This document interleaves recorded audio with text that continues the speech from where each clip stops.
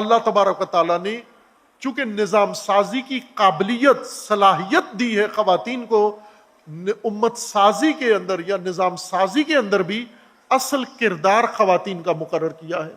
چونکہ نظام ساز یہ ہے، گھریلو نظام بناتی ہیں تو ایک تربیت ہو جاتی ہے، جو گھریلو نظام بنا لے وہ سماج کے لیے بھی نظام بنا سکتی ہیں۔ خب خواتین جنہوں نے سماجی نظام بنا لیا، خاندانی نظام بنا لیا، اب ان کی ذمہ داری سماجی نظام بنانا ہے، اور جنہوں نے سماجی نظام بنا لیا اب ان کی ذمہ داری اللہ کا نظام قائم کرنا ہے، اللہ کے نظام کے لیے انہوں نے قیام کرنا ہے۔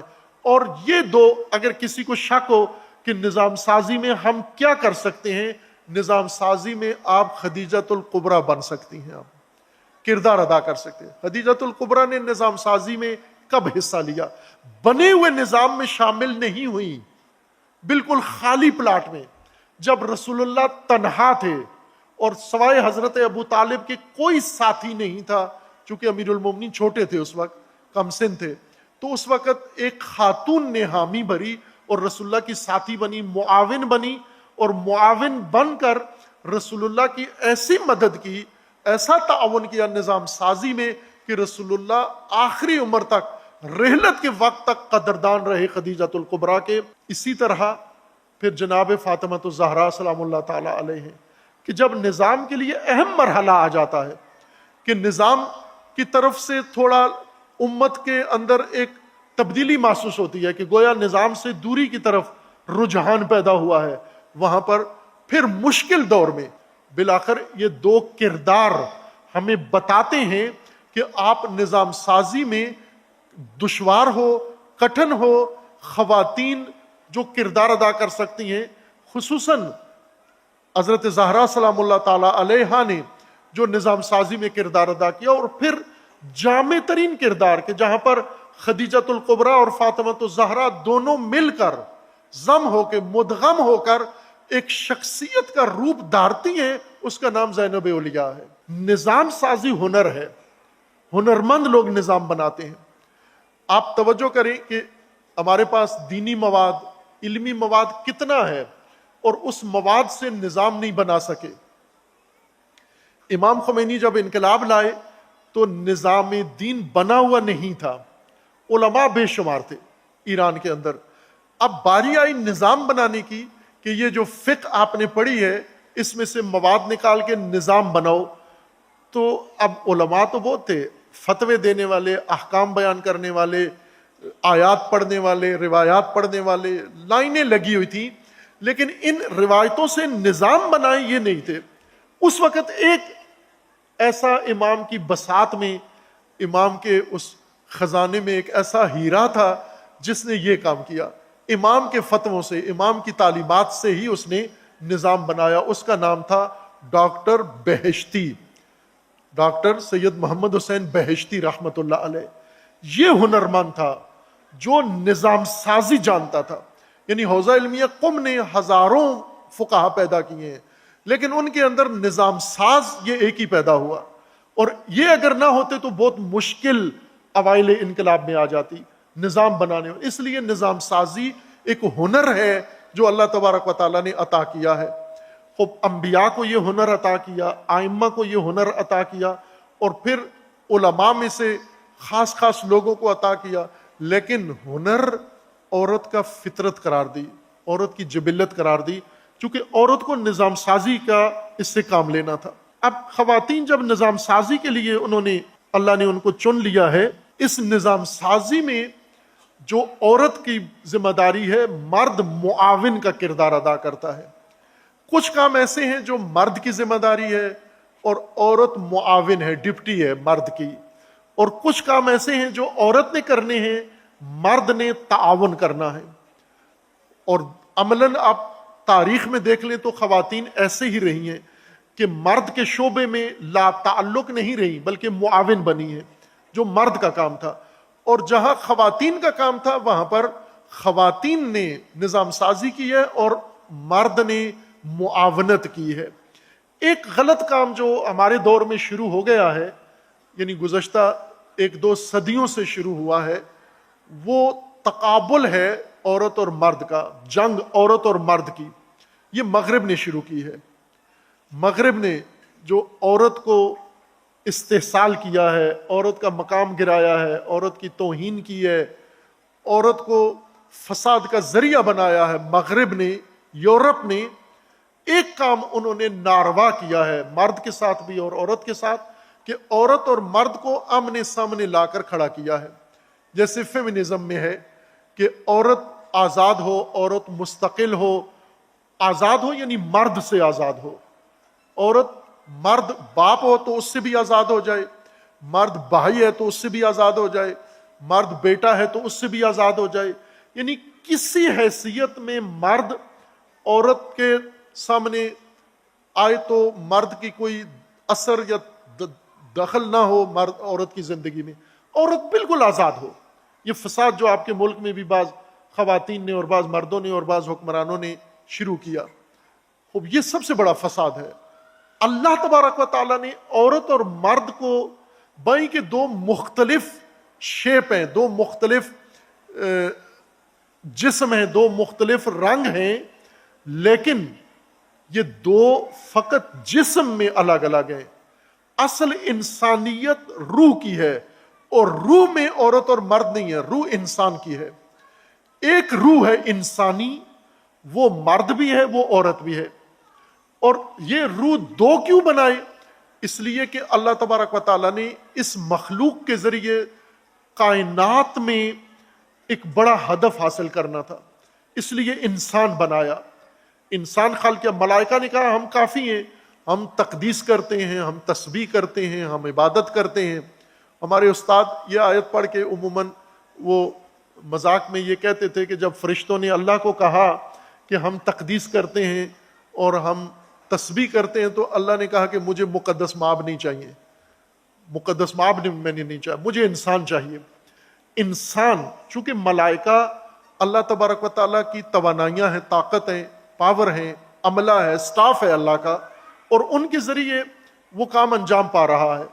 لیکن ہنر نہیں ہے ان کے اندر، یعنی خود اپنی مرضی سے کچھ نہیں بنا سکتے، جو اللہ نے انہیں کہا ہے وہ بنا سکتے ہیں، وہ کر لیتے ہیں.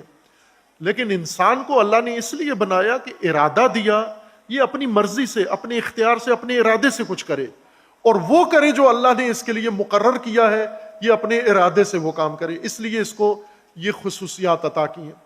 اور ان کو دو حصوں میں بنایا، عورت اور مرد. ملائکہ میں عورت اور مرد نہیں ہے، ملائکہ میں کچھ خواتین ہوں اور کچھ مرد ہوں، کچھ نر ہوں کچھ مادہ ہوں، ایسا نہیں ہے. یہ مسلمانوں کے اندر قدیمی بحث تھی کہ ملائکہ عورتیں ہیں یا مرد ہیں. بلکہ کہتے ہیں کہ عثمانی حکومت جب گر رہی تھی اور برطانیہ حملے کر کے عثمانی خلافت کو توڑ رہا تھا، تو دربار عثمانی میں جو بحث علماء کی زور و شوروں پر تھی اور گروپ بنے ہوئے تھے، وہ اسی بات پر تھے کہ ملائکہ عورتیں ہیں یا مرد ہیں. چونکہ صیغے قرآن میں جتنے بھی ملائکہ کے لیے وہ عورتوں والے صیغے استعمال ہوئے تھے، تو وہ کہتے تھے یہ اللہ کی بیٹیاں ہیں، نعوذ باللہ، یہ عورتیں ہیں ملائکہ. وہ اس بات میں پڑے ہوئے تھے، وہ نہ عورتیں ہیں نہ مرد ہیں. عورت اور مرد مادی اور جسمانی شیپ میں آتے ہیں، لیکن ملائکہ جسمانی نہیں ہے یا جسمانی رنگ میں نہیں ہے، اس لیے انہیں عورتوں مردوں میں تقسیم ہی آپ نہیں کر سکتے. وہ روحانی مخلوق ہیں یا غیر جسمانی مخلوق ہیں. عورت اور مرد دو جسمانی الگ الگ شیپ ہیں، لیکن روح کے لحاظ سے دونوں انسان ہیں. اب یہ کیوں دو بنائے؟ اس لیے کہ اللہ نے اس مخلوق کے ذریعے سے کائنات کے اندر ایک الہی رنگ بھرنا تھا جو ملائکہ سے نہیں ہو پا رہا تھا.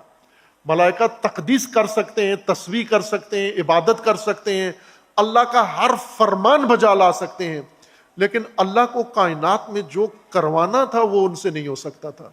اس لیے فرمایا انی جاعل فی الارض خلیفہ، میں زمین پہ خلیفہ بنانے والا ہوں، انسان بنانے والا ہوں. انہیں اعتراض ہوا تو اللہ نے فرمایا کہ پہلے اس کو ذرا اس کی صلاحیتیں دیکھ لو، پہلے اس کی قابلیتیں دیکھ لو کیا ہیں. جب وہ قابلیتیں سامنے آئیں، ملائکہ نے سجدہ کیا اور تعظیم کی اور قبول کیا مقام انسانیت کو. مرد اور عورت معاونت کے لیے ہیں، تضاد کے لیے، تقابل کے لیے نہیں ہے. مغرب نے یہ خیانت جو انسانیت پہ ظلم کیے ہیں، ان میں سے ایک بڑا ظلم عورت اور مرد کا تقابل ہے، کہ عورت کو مرد کے مقابلے میں اور مرد کو عورت کے مقابلے میں لا کے کھڑا کر کے اس کے حقوق اور اس کے حقوق، اس کی آزادی اور اس کی آزادی، عورت کے اوپر مرد کا تسلط یا مرد کے اوپر عورت کا تسلط، یہ انہوں نے چھیڑا ہے۔ قرآن نے دونوں کو معاون بنایا ہے۔ امیر المومنین اور حضرت بی بی زہرا سلام اللہ تعالی علیہا کی جب شادی ہوئی، یہ خواتین غور سے سنیں یہ بات، جب یہ مقدس ترین ازدواج، کائنات کی سب سے افضل ازدواج جب ہوئی، تو رسول اللہ صلی اللہ علیہ وآلہ وسلم نے دوسرے یا تیسرے دن شادی کے بعد امیر المومنین سے پوچھا، علی علیہ السلام سے پوچھا کہ علی بتائیے کہ میری بیٹی فاطمہ کو آپ نے بے حیثیت زوجہ، بیوی کے طور پر کیسے پایا؟ اب ذرا حیثیتیں تبدیل ہو جاتی ہیں، پہلے وہ فقط رسول اللہ کی بیٹی تھیں، ایک خاتون تھی، خاتون جنت تھیں اور بڑا اعلیٰ مقام تھا، لیکن اب حیثیت بدل گئی ہے، اب زوجیت کے رشتے میں آ گئی ہیں اور زوجہ بن گئی ہیں، تو بطور زوجہ کیسی ہیں یہ؟ امیر المومنین نے اصل واقعیت اور راز بتا دیا، فرمایا کہ نعم العون فی عبودیت اللہ، اللہ کی بندگی میں بہترین معاون ہے یہ میرا ہدف اللہ کی بندگی ہے، اور یہ بندگی خدا میں میری بہترین معاون ہے، معاون ہے، خاتون معاون ہے مرد کی مردانہ شعبے میں، اور مرد معاون ہے عورت کے لیے زنانہ شعبے میں۔ اب زنانہ شعبے ہیں کیا؟ میں نے پہلے عرض کیا کہ آپ زراعت کے دور کو دیکھو تو زنانہ شعبے، زراعت ساری زنانہ شعبہ تھا۔ اب صنعت کو دیکھو تو صنعت ساری زنانہ شعبہ تھا، چونکہ یہ ٹیکسٹائل کی صنعت ہے ہی، ایجاد ہی عورتوں کی ہے، تو یہ زنانہ شعبہ تھا۔ لیکن ان کو جب بھیڑ بکری ضرورت پڑتی تھی، اون، تو وہ مرد فراہم کرتا تھا، خام مال مرد دیتا تھا، اس خام مال کو ہنر میں بدلنا یہ خواتین کا کام تھا۔ اسی طرح جتنے نظام گزرے ہیں یا ہیں موجود، ان میں خواتین کا بنیادی کردار ہے۔ اللہ تبارک و تعالیٰ نے انسان بنایا اور انسان کے لیے نظام بنایا، مقرر کیا، لیکن یہ نظام قائم کیسے ہوگا؟ اس نظام کے قیام کے لیے اللہ تبارک و تعالیٰ نے انسانوں کو چنا، اور انسانوں میں خصوصاً خواتین کو انتخاب کیا، چونکہ نظام سازی کی فطری صلاحیت عورت کے اندر ہے۔ سب سے بڑا عظیم نظام جو خاتون کے ہاتھ سے بنتا ہے وہ خاندان ہے، یہ سب سے پیچیدہ نظام ہے۔ سوشیالوجی میں جو نظام، اجتماعی نظام، سوشل نظام، سوسائٹی ڈیولپمنٹ کی بات کرتے ہیں کہ سوسائٹی کیسے بنتی ہے اور کس طرح سے تشکیل پاتی ہے، اس کے اصول کیا ہیں، یہ مردوں نے سوشیالوجی صدیاں لگا کے کشف کی ہے، اور کشف کرنے کے بعد اس کو پڑھایا ہے، اور پڑھا کر اس پہ ڈگریاں لیتے ہیں، پھر بھی سوسائٹی نہیں بنا پاتے۔ لیکن عورت فطری طور پر بغیر سوشیالوجی پڑھے ہوئے، بغیر سوسائٹی سائنس پڑھے ہوئے یہ سائنٹسٹ ہوتی ہے۔ یہی لڑکی جو ایک غیر ذمہ دار لڑکی ہوتی ہے، جب اس کی شادی نہیں ہوتی بالکل غیر ذمہ دار ہوتی ہے، نہ ٹائم پہ اٹھتی ہے، نہ ٹائم پہ سوتی ہے، نہ کوئی گھریلو کام کرتی ہے، نہ ماں کا ہاتھ بٹھاتی ہے۔ عموماً جوان اولاد سے ماں باپ تنگ ہوتے ہیں بہت، خصوصاً وہ مائیں بد دعائیں دیتی ہیں اپنی بیٹیوں کو کہ جلدی تیری شادی ہو جائے۔ یہ بد دعا ہے ماں کی کہ تیری جلدی شادی ہو جائے، میری جان چھوٹے تجھ سے۔ یہ اپنے گمان میں اپنی جان چھڑانے کے لیے اس کے لیے شادی کی بد دعا کرتی ہے۔ بعضوں کی لگ جاتی ہیں، وہ ایسی جگہ شادی ہوتی ہے کہ پھر ماں بھی پریشان ہو جاتی ہے، تو یہ بد دعا کے طور پر نہ کہا کریں، یہ ایک اہم مرحلہ ہے انسان کی زندگی کا، سنجیدگی کے ساتھ اس فیصلے کو کریں آپ، نہ کہ جان چھڑانے کے لیے۔ مقصد یہ تھا بیان کرنا کہ لاابالی ہوتی ہے، غیر ذمہ دار ہوتی ہے، ایک بالکل الہڑ قسم کا مزاج ہوتا ہے اس کا، لیکن یہی جب ماں بنتی ہے یا ازدواج اس کی ہو جاتی ہے، اس کے اندر آپ دیکھیں فوراً سنجیدگی آ جاتی ہے، شخصیت ایک دم بدل جاتی ہے اس کی، کوئی کلاس دیکھے بغیر، کیونکہ اب نظام سازی کا حصہ بن چکی ہے، نظام سازی کا مرکز بن چکی ہے، اور اولاد ہونے سے پہلے ہی خاندان کے نظام سازی میں مصروف ہو جاتی ہے۔ اور اس کو یہ جتنی چیزیں تقاضا کرتی ہے، شادی کے بعد عورت چاہتی ہے مجھے یہ بھی چاہیے، یہ بھی چاہیے، یہ بھی چاہیے، ہم یہ سمجھتے ہیں کہ یہ اپنی حس و ہوس کی تسکین کے لیے یہ کر رہی ہے۔ بعض کرتی بھی ہیں کہ ان کی ڈیمانڈ فقط اپنی ذات اور اپنی لذت کے لیے ہے، لیکن زیادہ تر خواتین اپنے لیے نہیں، نظام زندگی کے لیے ڈیمانڈ کرتی ہیں کہ مجھے یہ چیز چاہیے. مثلا جو کہتی ہے گھر میں اچھا صوفہ ہونا چاہیے، تو یہ ذات کے لیے نہیں، نظام زندگی کے لیے مانگ رہی ہے.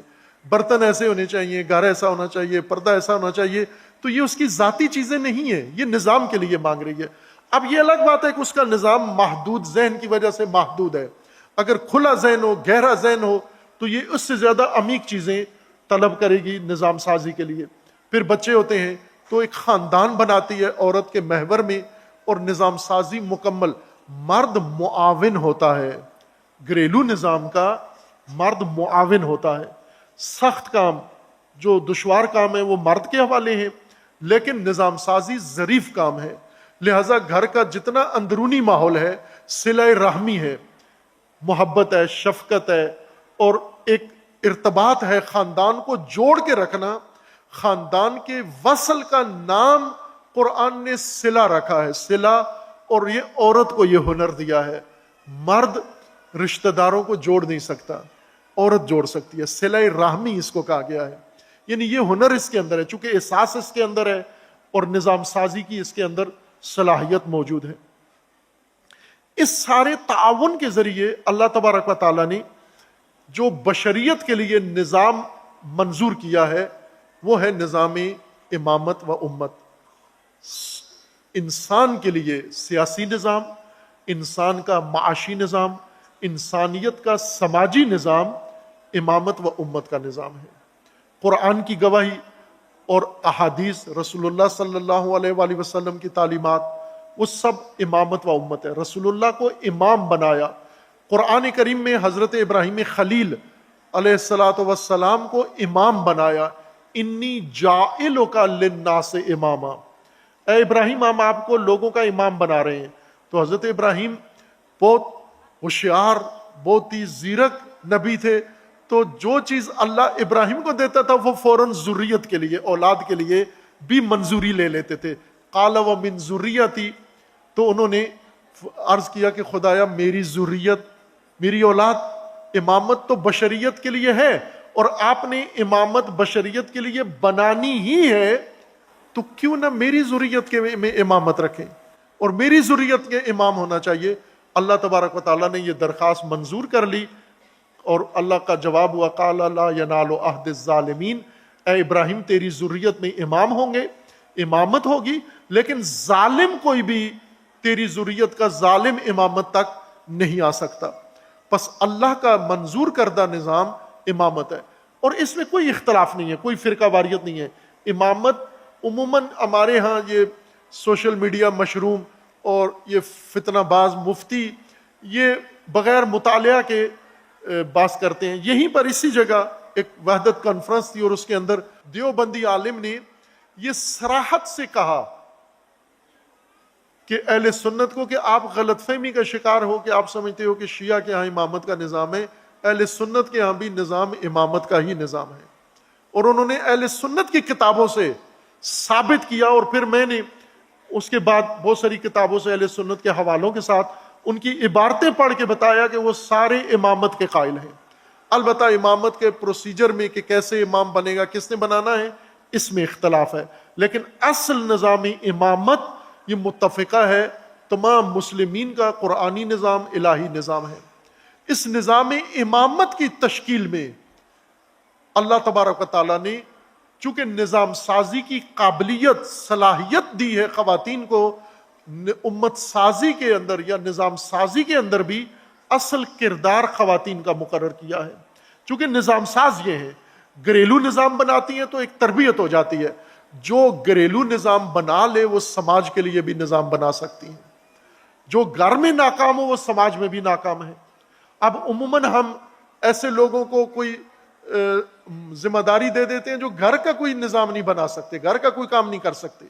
ان کو ہم اجتماعی پوسٹ کوئی دے دیتے ہیں، پہلے اس کو تجربہ کرو. مثلا ایک شخص ہے جس کو آپ نے مسجد کی امامت دی، نہیں کر سکا، مسجد ویران کر دی، آپ اس کو جمعے کا امام بنا دیں، آپ اس کو امت کا امام بنا دیں، وہ غلط ہے، وہ نہیں کر سکتا.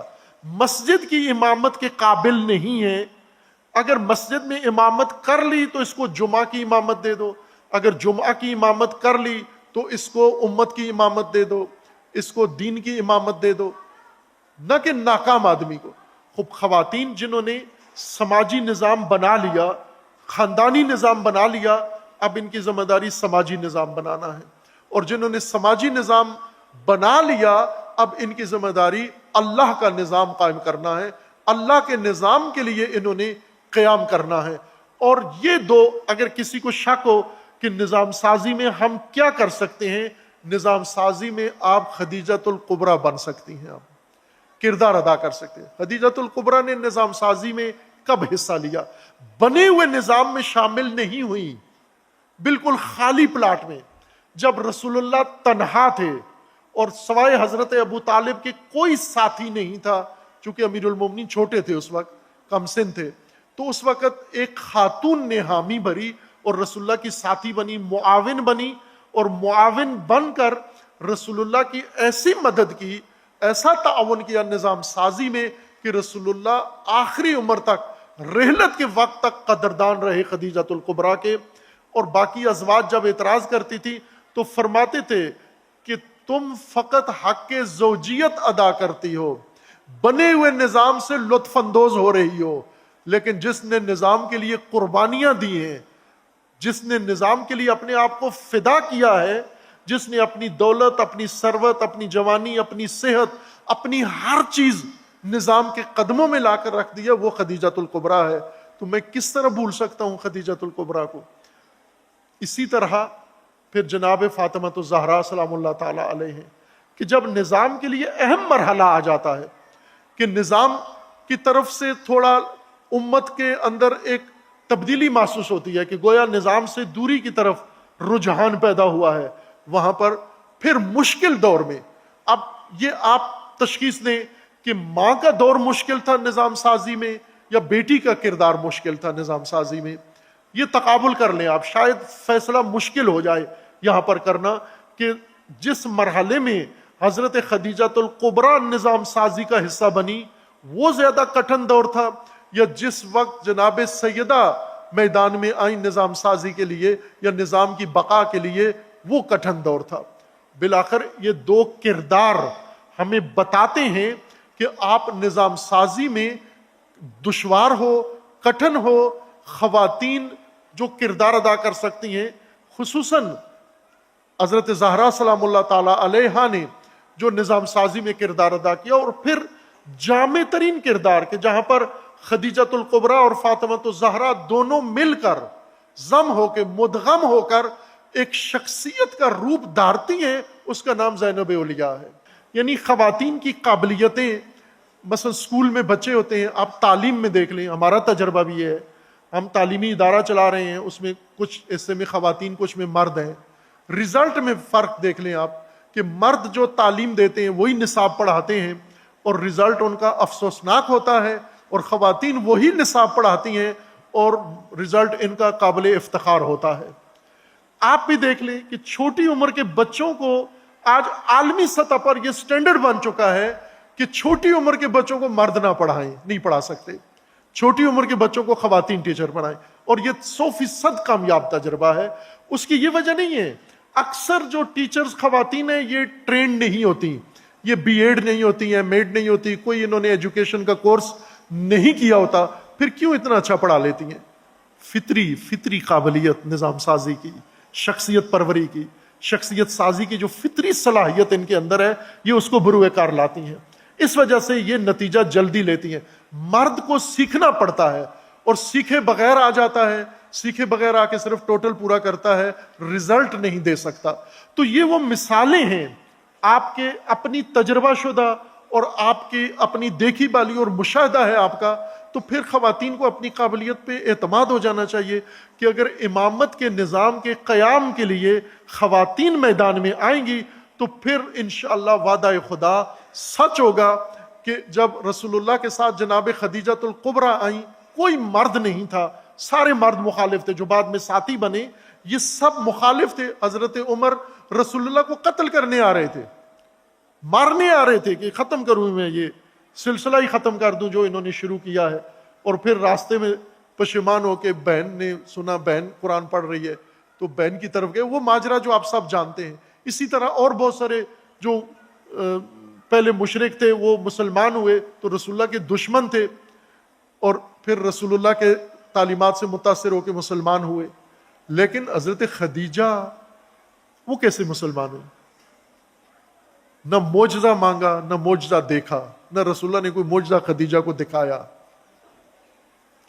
حضرت خدیجہ نے فقط پیغام رسول اللہ کا دیکھا، پڑھا اور پھر اپنی روح سے اس کو درک کیا، احساس کیا، اور احساس کر کے یوں ہی نہیں کہ گھر میں دوپٹہ اوڑھ کے بیٹھ گئی، نہ میدان میں آ گئی. اب جب کہ مجھے بات سمجھ آ گئی ہے اللہ کے نظام کی، تو پھر میں گھر میں نہیں، اب میں رہبر کے ساتھ ساتھ، رہبر کے ہمراہ، رہبر کے پیچھے پیچھے، رہبر کا سایہ بن کر اس نظام میں میرا کردار ہونا چاہیے.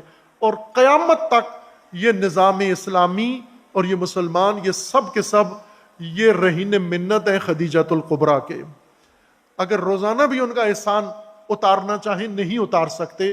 اتنا عظیم احسان ہے اس ماں کا اور اس کی بیٹی کا اور پھر اس بیٹی کی بیٹی کا، جو عظیم القدر احسان ہے. اس کی قدردان ہمیں ہونا ہے انشاءاللہ. اور عملی قدردانی یہ نہیں ہے کہ ہم فاطمہ زہرا کی ایک مجلس کر لیں، ایک مجلس میں رو لیں، ایک مجلس میں خوش ہو جائیں، ایک مجلس میں ترانہ پڑھ لیں. نہ، اصل قدردانی یہ ہے کہ خدیجۃ الکبریٰ کا لگا ہوا پودا خواتین زندہ کریں، ہرا کر دیں اس کو. فاطمہ تو زہرا سلام اللہ تعالی علیہا کا پودا ولایت و امامت کا، اس کو آبیاری کریں. اور زینب اولیاء کا وہ ساری محنت، وہ سارا جہاد، وہ عظیم الشان کردار جس کے سامنے مرد بھی ہیچ نظر آتے ہیں، وہ نیچ نظر آتے ہیں، وہ کردار خواتین ادا کر سکیں. تماشائی نہ بنے اور ان بیروپوں میں اور ڈراموں میں شریک نہ ہو جو اللہ نے آپ کے لیے مقام عظیم مقرر کیا ہے. انشاءاللہ خواتین اسے اپنا نصب العین قرار دیں، اسے اپنا منشور قرار دیں اور اس کے اوپر جئیں اور اس کے اوپر مریں. اور جب دنیا سے جائیں گی آپ تو پھر خدیجۃ الکبریٰ کی طرح فراموش نہیں ہوں گی. آپ کے قدردان اللہ کی ذات ہے، آپ کے قدردان ائمہ اطہار ہیں، آپ کے قدردان ملائکہ ہیں. چونکہ جو بھی زمین پر اللہ کے نظام کے لیے کوشش کرتا ہے وہ ملائکہ کے ہاں یاد رکھا جاتا ہے. فقط دعی فی ملکوت السماوات عظیما، وہ ملکوت میں بہت عظیم شمار ہوتا ہے. دنیا والے بے شک اس کو نظر انداز کریں. اللہ تبارک و تعالیٰ انشاءاللہ آپ تمام خواتین کو اور تمام دنیا کی خواتین کو خداوند تبارک و تعالیٰ فکر حضرت خدیجہ، سیرت حضرت زہرا اور سیرت عظمی حضرت زینب سلام اللہ تعالی علیہا اپنانے کی توفیق عطا فرمائے انشاءاللہ. اور خداوند تبارک و تعالیٰ آپ سب کی اللہ حفاظت فرمائے. اور خداوند تبارک و تعالیٰ آپ سب کو اپنی بندگی کے لیے، اپنی اطاعت کے لیے اور اپنے نظام کے قیام کے لیے توفیقات میں اضافہ فرمائے. اللہ تبارک و تعالیٰ ہماری دعا ہے خداوند تبارک و تعالیٰ بحق محمد و آل محمد، بحق خدیجۃ الکبریٰ، بحق فاطمہ الزہرا، بحق زینب اولیاء، اللہ تبارک و تعالیٰ آپ کے اس عمل حسنہ کو، عمل صالح کو اپنی بارگاہ میں قبول فرمائے انشاءاللہ.